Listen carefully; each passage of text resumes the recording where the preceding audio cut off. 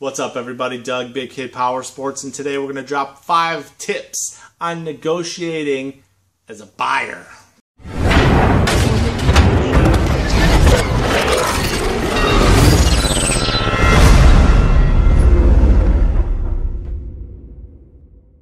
When you're going to head out into the world and buy a used snowmobile, ATV, dirt bike, motorcycle, side-by-side, or really anything in life, you want to be prepared.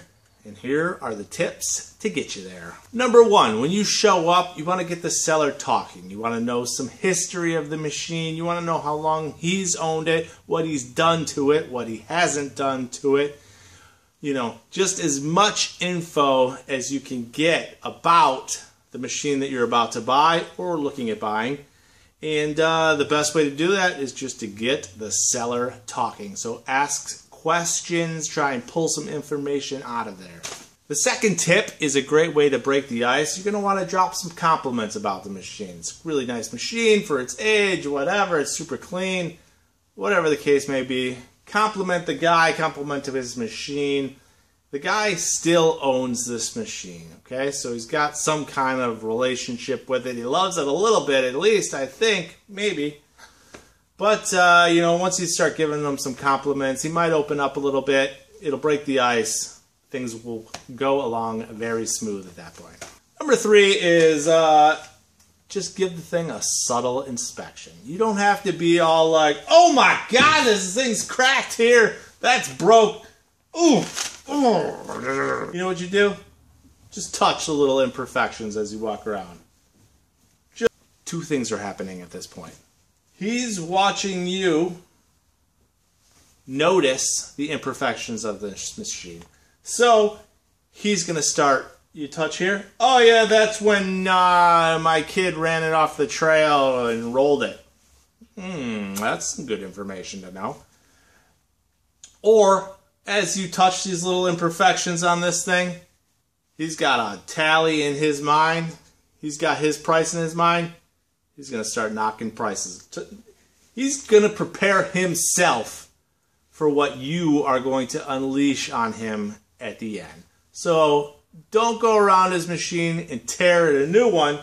Just, you know, recognize the imperfections as you walk around. And he's going to know that you know that he knows. You get what I'm saying. Number 4 is don't teach. This guy owns this machine, okay? He doesn't care what it needs in 2 days, 3 years, a decade from now, okay? He's looking to sell this thing as it is right now. So don't walk around the machine and tell him, oh yeah, carbides are real expensive, you know, tires are real expensive, and oh, this is going to be him on about what you are going to have to pay in the future. Like I said, he's selling it right now as is. He doesn't give a shit about what you're going to have to spend on it in the future. Here comes the big one. Number 5. It is time to make an offer. When you're setting up to make an offer, make sure it's reasonable, okay? Now you've felt the guy out, you've seen the machine, you know what's going on, you know what kind of price he's asking. Side note, there should be a price on the table already, okay? It's not your job to make an offer first. There needs to be a price.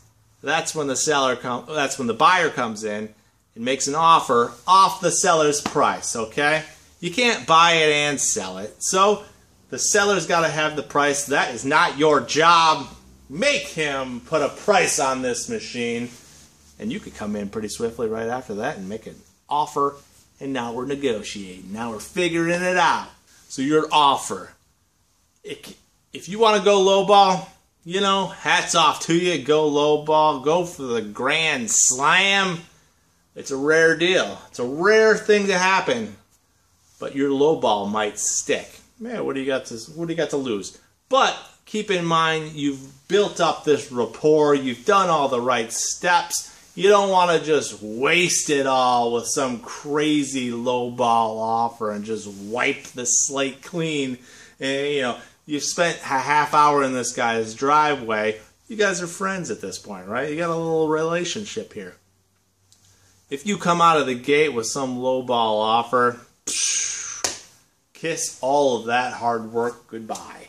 He's probably going to shut the door. Any kind of negotiations at that point are probably over. So when you're delivering your offer, make sure it's a reasonable offer. You know, it really depends on what we're buying here. If we're talking thousands of dollars, probably come off a couple $100. If we're talking a couple $100, all right, maybe drop it down $75, $50. You know, depending on what the situation is, what the machine is, what kind of price we've got out there at the beginning. Make it a reasonable offer. I know, you know, that guy knows. We all know what a reasonable offer is. This is it. Your offer is about to come out of your mouth. Say your reasonable offer and stop. Shut your mouth. Okay? You don't have to explain why you've made this offer. You don't need to come up. You don't need to start rambling a bunch of whole kind of garbage after this. Say your price. And now the real negotiations begin. We go back and forth on the price a little bit. If you got a reasonable offer out there, you're probably going to win it. And with that, you've got Big Kid Powersports 5 tips in negotiating as a buyer. Now, if you're lined up toe-to-toe with a seller who's watched our negotiating as a seller tip video, then you're going to be in for a wild ride.